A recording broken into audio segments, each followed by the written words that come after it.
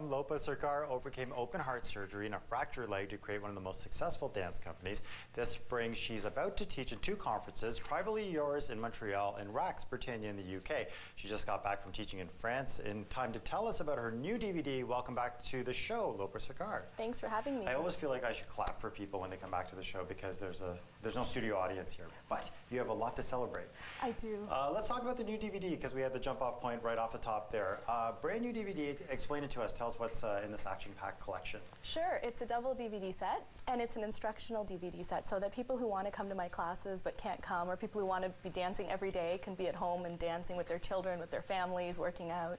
Now, you're in a situation now where you can take some of the stuff that you've done and sort of put all your expertise into a DVD like this. What did you find people wanted to learn more about when putting this together?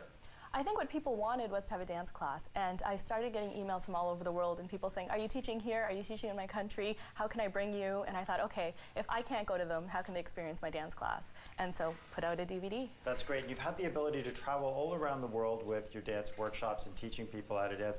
Where are some of the best non-resident Bollywood dancers? Gosh, I think they're everywhere. The best non-residential, oh gosh, they're everywhere because people are so enthusiastic about it. And when they hear the music and they get going, they just start to express themselves. So it's not geographically determined. Now you're also donating some of the proceeds of the DVD to the sick kids. Now a very personal touch to your life. Why don't you explain to our audience what happened at a young age and why you're donating some of the proceeds? Yeah, well when I was little I did have a hole in my heart, and so I was so unathletic. I mean, I did everything all the little kids did, but it was so hard for me. And then when I broke my leg, I remember I couldn't audition for the school musical, and I was so sad. And so I think when I grew up, I was just so grateful because Sick Kids Hospital, I spent a lot of my childhood there, right. And I just wanted to give something back to them because I'm grateful to them to be where I am today. And now you're on your way to 2 conferences, one in France, did we? No, Montreal. you just came back from France, yes. Right? What was that like? France is great. I think they really, really wanted to experience what Indian culture was about in Indian dance, and they're like, can you come back every week? And I was just like, it's a bit of a long flight, but it was really good. And where in France were you exactly? I don't know how to say it. Oh, okay. I'm not going to try because I'm going to embarrass myself. You had me scared for a second. You're like, Mo, you should know where I was. Okay, let's move on back to Toronto. You're still teaching classes in the Toronto area, in the Greater Toronto area. Yeah, they start in April. Okay. So I'd love to see people come out and get dancing. And are you starting to put together different levels now that people have graduated through different courses, or do you still have a basic training schedule that you sort of stick to? Yeah, I stick to one class because I find that in my class there's some people who just want to move and they're not so worried about technique and stuff. And so when I throw out a lot of technique, they just kind of ignore it. And then there's people who are actually professional dancers and they really want to understand the style and stuff. And they're the ones who pick up on that and really focus. And so everyone's there just doing what makes them happy. One of the most brilliant parts that I find about some of the Bollywood moves that you see in the videos that we show is that there's a lot of incorporation of hip-hop, there's urban music, but there's also various sort of Middle Eastern fusion and stuff. Are you finding that your instruction is evolving because of that?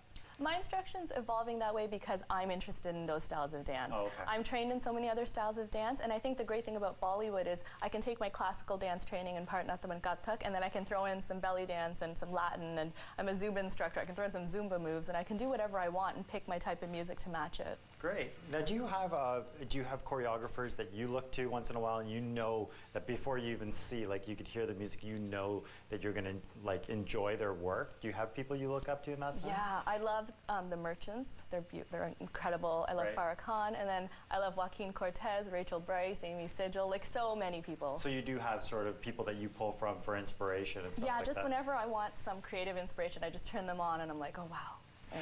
And do you find that there's a lot of mainstream interest now in sort of because I know that you did the whole J-Ho publicity for Slumdog Millionaire's DVD release as well. Now, you find that you're asking to do events that you would have never thought that they would need a Bollywood dance troupe for? Yeah, we just, in November, we were the opening act for the Gilda's Cub show at the Princess of Wales Theatre.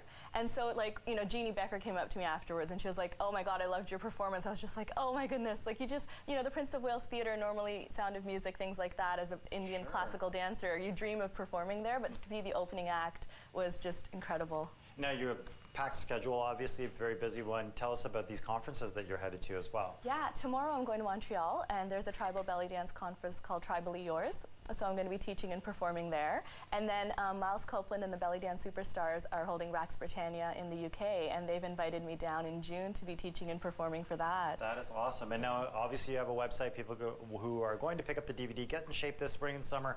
What is the website? LopaSarkar.com. Yep, and then of course you're selling your DVDs via the website as well. Yes. And do you have any long-term things in the works you want to give us a hint about, or are you going to have to come back in studio and tell us more about it? Oh, there's some potential big things I might have to come back and tell you about. Okay, great. Well, Lopa, thank you so much. We really do appreciate you coming in today. And we know that when people try the DVD out themselves, they'll be coming in and dancing on our videos for sure as well. I love it. Thanks again. Thank you.